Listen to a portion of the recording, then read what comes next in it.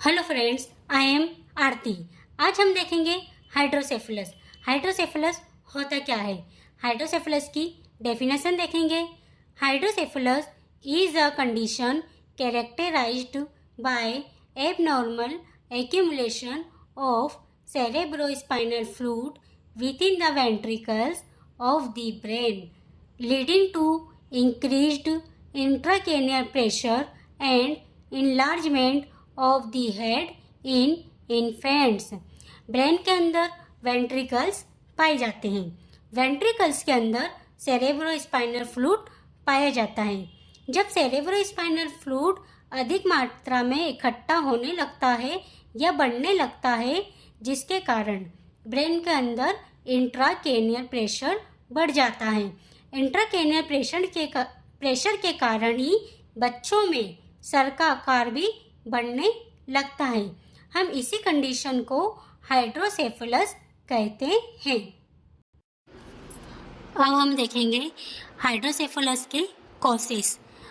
किन कारणों से हाइड्रोसेफलस होता है। कंजेनाइटल मालफॉर्मेशन, जन्मजात बीमारी, intraventricular haemorrhage, tumours, blocking CSF pathway. अगर सिर में ट्यूमर होता है तो सीएसएफ के रास्ते को ब्लॉक कर देता है या बंद कर देता है।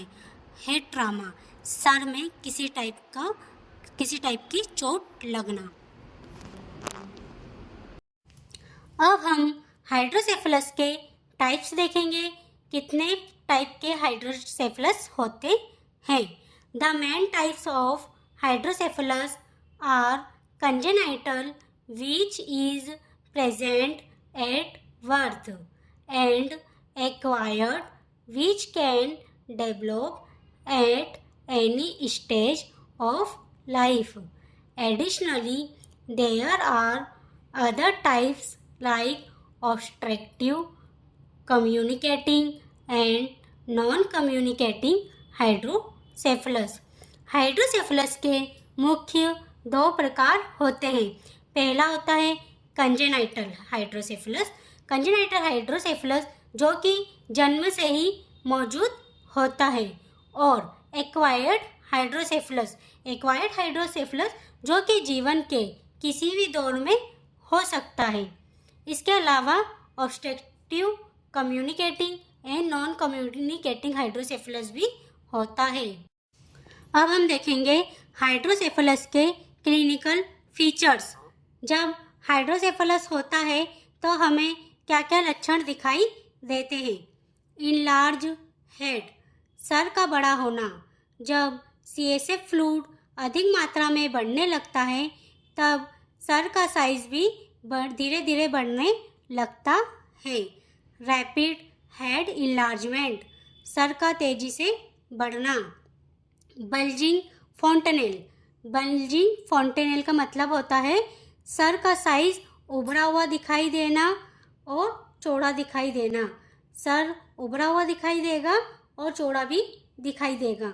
इरिटेबिलिटी, इरिटेबिलिटी का मतलब होता है चिड़चिड़ापन। बच्चा बहुत ज़्यादा चिड़चिड़ करेगा, रोएगा और दूध भी नहीं पिएगा।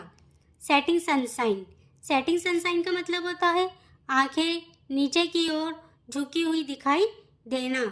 जब सर का साइज अधिक मात्रा में बढ़ने लगता है उसके कारण आँखों पे प्रेशर पड़ता है। आँखों पे प्रेशर पड़ने के कारण ही आँखें नीचे की ओर झुकने लगती है। इसे ही हम सेटिंग सनसाइन कहते हैं। इन ओल्डर चिल्ड्रन, बड़े बच्चों में क्या क्या लक्षण दिखाई देते हैं। हेडेक, सर में दर्द बना रहना। वॉमिटिंग, उल्टियाँ होना। ब्लर विजन, धुंधला दिखाई देना। पुअर स्कूल परफॉर्मेंस, पढ़ाई में कमज़ोर रहना। सीजर्स, दौरे या झटके आना। डायग्नोसिस या निदान, हाइड्रोसेफलस का पता लगाने के लिए हमें कौन कौन सी जांचें कराना चाहिए। सीटी स्कैन ऑफ ब्रेन, हमें सर का सीटी स्कैन कराना चाहिए या एमआरआई ब्रेन भी करवा सकते हैं। Ultrasound in infants with open fontanelle, हम छोटे बच्चों में ब्रेन का अल्ट्रासाउंड भी करवा सकते हैं। CSF analysis if infection suspected, अगर ब्रेन में किसी टाइप का इन्फेक्शन है तो CSF की मदद से हम संक्रमण का पता लगा सकते हैं। अब हम हाइड्रोसेफेलस के मैनेजमेंट के बारे में देखेंगे। फर्स्ट है medical management. Diuretics drugs acetazolamide, furosemide, जो कि CSF की प्रोडक्शन को कम करती है। मैनिटोल इंट्राक्रैनियल प्रेशर को कम करता है। सेकेंड है अपना सर्जिकल मैनेजमेंट। सर्जिकल मैनेजमेंट में ventriculoperitoneal shunt divert CSF from ventricles to peritoneal cavity. Shunt surgery hydrocephalus के इलाज का सबसे आम तरीका है। इसमें एक ट्यूब को मस्तिष्क में डाला जाता है और अतिरिक्त CSF को शरीर के दूसरे भाग में ले जाके छोड़ दिया जाता है, जैसे कि पेट या हृदय में ले जाया जाता है।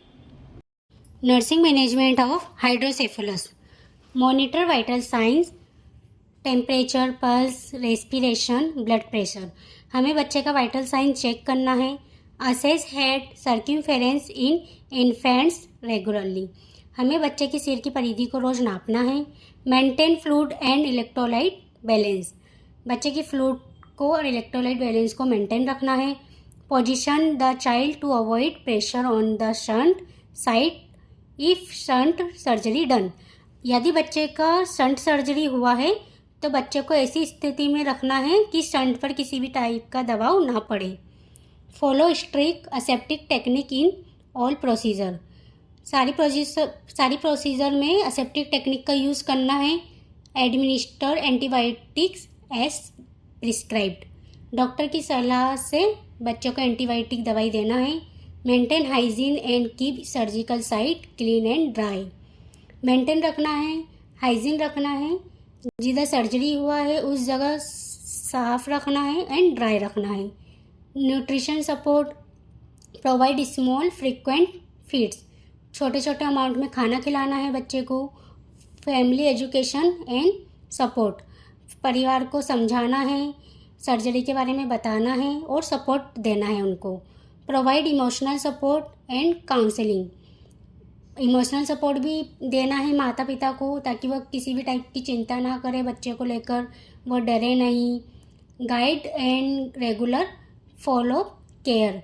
गाइडेंस देना है कि गाइड करना है उनको, समझाना है कि जब तक बच्चा ठीक नहीं हो जाता है उसे डॉक्टर को दिखाना है, फॉलोअप के लिए लेकर आना है हॉस्पिटल और उसका चेकअप कराना है। और जिधर सर्जरी हुआ है उधर बैंडेज करवाते रहना है और दवाई प्रॉपर देना है, टाइम पर देना है और न्यूट्रिशन का पूरा ध्यान देना है। ये था हमारा टॉपिक, हाइड्रोसेफेलस का टॉपिक हमारा आज यहीं ख़त्म होता है। Thank you class. अगर आपको मेरी वीडियो पसंद आई तो please like, share and subscribe करें। Thank you.